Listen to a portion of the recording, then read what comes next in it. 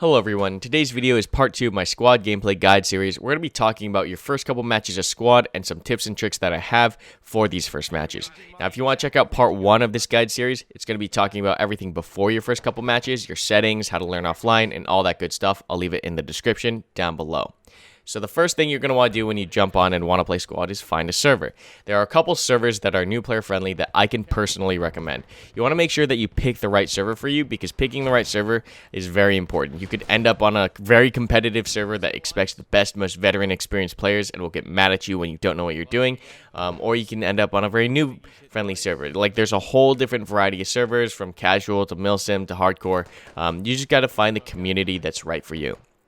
Now, personally, I play on the squadops.gg servers, very friendly, helpful servers. It's a server that I own and run. I've always tried to push my community to be friendly and helpful, so squadops.gg, if you're looking for that kind of server, that's what I can personally recommend because that's where I play pretty much 99% of the time.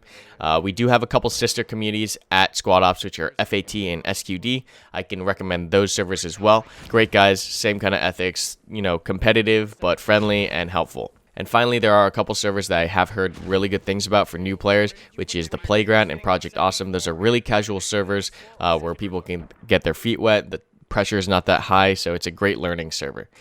You can go a step further and try to find a gaming community before you hop on your first game of squad, whether it be on Discord or the official website forums. It does take a little bit more work to find a group of people to play with before your first game of squad, but it can pay off because you'll have people directly you can ask questions to.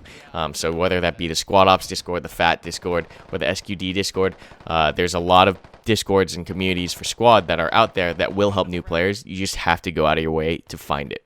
Now, the first thing you're going to do when you jump into a match of squad is join an infantry squad. Don't join a helicopter, logistics, or special kind of unit. You just want to be focusing on infantry gameplay, rifleman gameplay specifically, your first couple matches of squad. You want to keep your experience extremely simple so that you aren't overloaded with information and the learning curve.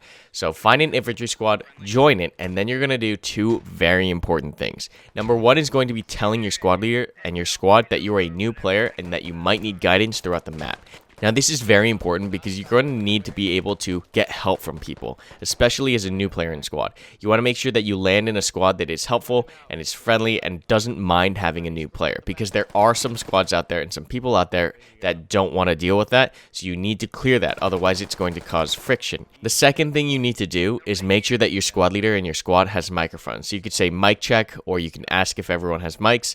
This is very important because having a microphone and communication in squad vastly changes your experience. If you have a whole group of people that don't talk, it just turns into a nightmare of a game because you're just walking around, you have no idea where you're going, you're just shooting things. It's really boring, it's really confusing, and it's not the way squad should be played.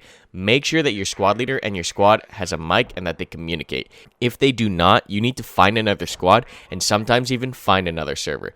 So that's very important. That's a really, really crucial thing that I think a lot of new players don't do, is check to see if the squad that they have has a mic. Now, in squad, you're going to be sticking with your squad leader 99% of the time unless you're explicitly told to do something else or he has to do something alone.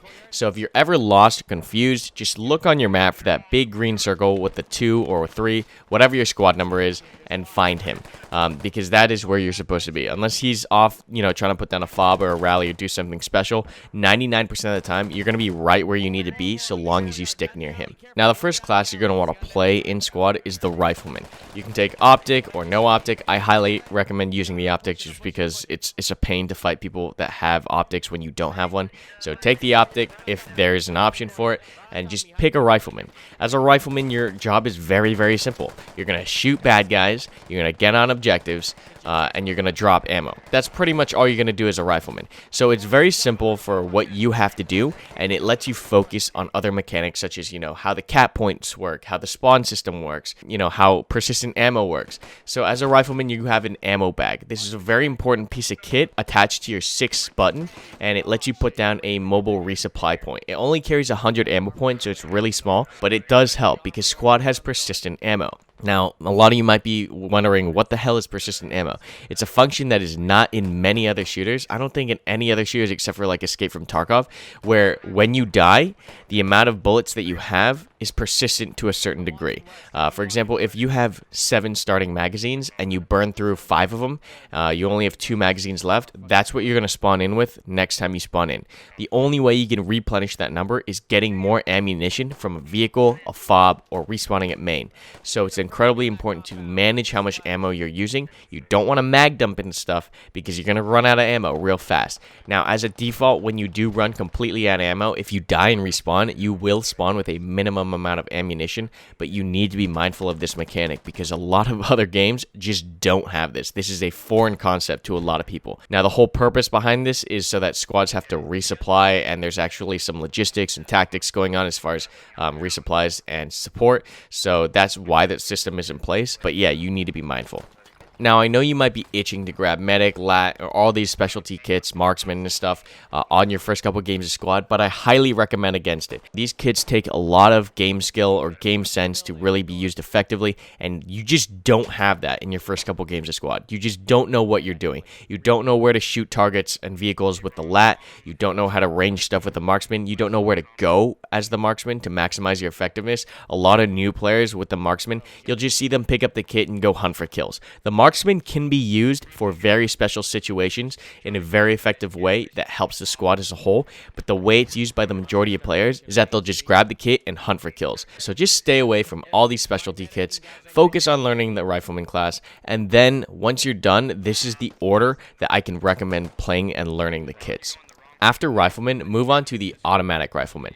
This is basically a class where you're going to be learning about suppression and how to use bipods, and it's going to be teaching you a little bit more about positioning, because as an Automatic Rifleman, you're not running and gunning so much. You're looking for good places to go to set up and shred targets or suppress enemy. So Automatic Rifleman really helps to teach you positioning.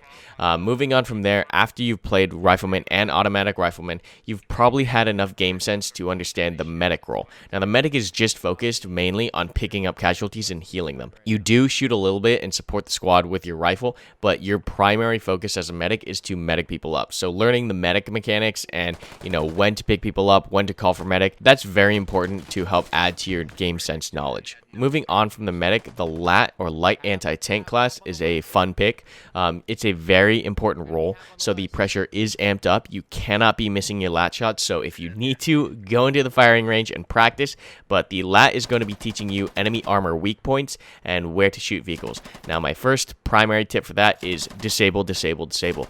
You want to be disabling tracking, killing the engine on enemy armor. Don't worry about popping it. If you have a shot on a tank or any kind of armor, you want to try to disable its mobility first and foremost. Lastly, once you've mastered the LAT, then you can move on to specialty kits like Engineer and Marksman and learning how to use those kits effectively as a squad or a team. You don't want to take those kits in Lone Wolf. You want to make sure that what you're doing directly supports the team, because if you just end up farming kills, like that can be good in certain situations, but in the majority of them, your squad's going to get angry, your team's going to get angry because you're just lone wolfing, camping for kills, and it might even get you kicked from the squad. Now that we're done with the class section of the portion, we're going to be talking about communication, because communication in squad is so important. It's what makes squad special. We're only able to do these large-scale assaults with logistics and tanks and armor and mortars and air support because people are using their microphone. If you're not using your microphone, you're actively making squad a worse game, because the whole point of squad is to be able to communicate with all these different aspects and have combined arms operations on a large, massive scale against the enemy, and that cannot be done if you just sit there quietly with no mic. So get a microphone, talk into your microphone, and communicate with your squad and your team, because that is what makes squad special. If that fails and ceases to exist, a lot of the joy that we get in squad is going to disappear. So do your part and communicate and get people to communicate. Now, when I talk about communication, there's only 2 basic things you need to do as a simple rifleman. That's it. I'm not even asking for that much. Number 1 is when your squad leader gives you an order, say some kind of acknowledgement on the net,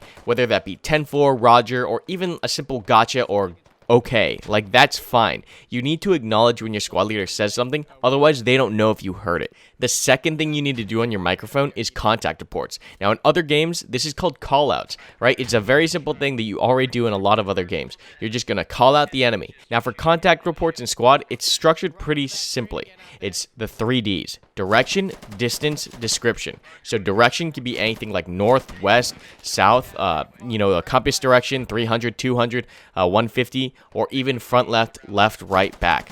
Any kind of that direction is going to be great.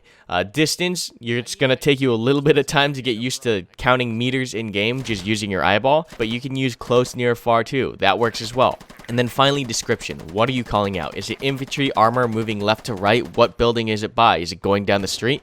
Any kind of additional information. So that's very simple, guys. That's the only 2 things you need to do on the mic, is confirm when your squad leader gives an order and give out callouts or contact reports. That's it. If you need help, then ask for help on the net. Get a squad leader or squad mate to help you figure out something that you're doing. It's very simple as far as what you need to communicate. That's literally all you need to do. After that, I would say just have fun. Meet friends on the net. Talk to other players. Joke with them. Make friends, exchange, Discord information. Whatever it is, you need to be able to, connect and build relationships in this game.